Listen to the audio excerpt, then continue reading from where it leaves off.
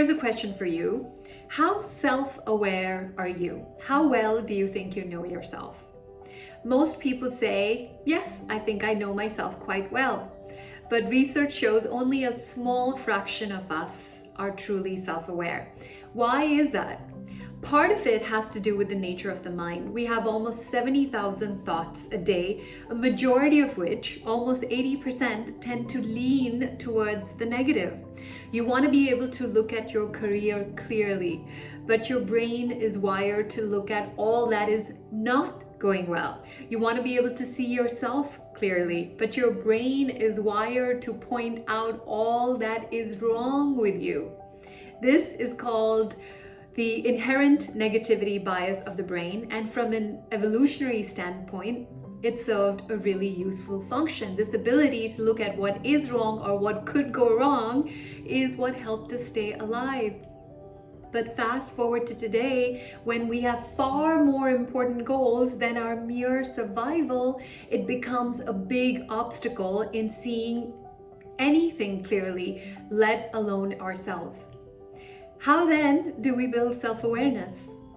One powerful way is to build a habit of constantly stepping back to observe the mind with two words, I notice, over and over again. For example, you find yourself feeling overwhelmed by everything on your to-do list. You might say, I notice I'm feeling anxiety about everything that I have to do. You find yourself saying, gosh, I feel like everyone is doing better than me. You might say, I notice I am comparing myself to others. And you can then choose to replace that thought with a better feeling thought. The reason why this helps build self-awareness is that every time you use the words, I notice, you are no longer then caught up in that thought, but now you are the observer of that thought.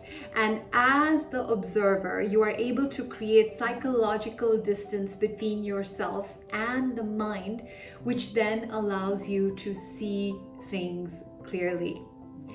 Viktor Frankl, a Holocaust survivor and author of the book Man's Search for Meaning, said, between stimulus and response, there is a space. In that space lies our power to choose our response. In our response lies our growth and our freedom.